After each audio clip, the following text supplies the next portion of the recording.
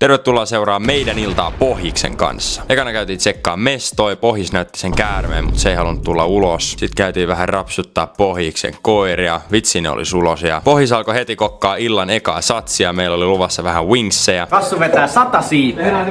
Näitä ei mahdu niin paljon kerralla, niin tehdään parissa erässä.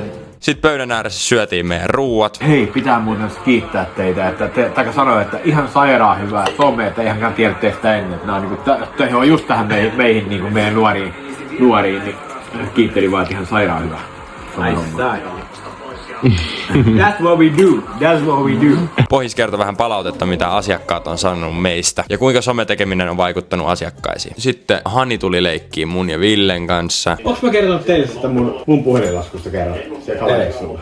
Et. Kostariikassa oli. Mulla oli kato semmonen, mä otin tämmöten rajaton liittyvä niinku ulkomaita. Ei saatu valitettavasti koko klippiä videolle, mutta lyhyesti sanottuna Pohjis oli Kostariikassa ja luuli, että oli ottanut rajattoman liittymän, mutta ei ollut ottanutkaan. Ja sit kotona odotti noin 2300 euron puhelinlasku. Jasper tulee ensi vuonna meille. Hei, mäkin haluan. Tää on kyllä niin sumunen. Niin on. Yritettiin siinä näyttää vähän hauista, ei ihan onnistunut, kun oli niin sumusta. Käytiin tosiaan saunomassa ja uimassa, sen jälkeen siirryttiin sitten biliksen pariin. Tässä mä yritin vähän flexailla, ei ihan onnistunut. No ihan ok, meneeköhän sisällä? Ei. Jätit mulle hyvä, mä tyhjennän pöydän nyt. Hävisin sekä Pohjikselle että Pohjiksen tyttärelle noin molemmat bilispelit. Estari asialla. Nyt ei voi missata. Ei mä. No niin, Pohjis näyttää. Mitäs se Mikko paistaa? Kyyhkyrintoja. Ai, onks tänään metsästetty? Tänään ammuttuja kyyhkyisen rintapileitä, niin pitää syödä kato iltapalaa hyvin. Ai.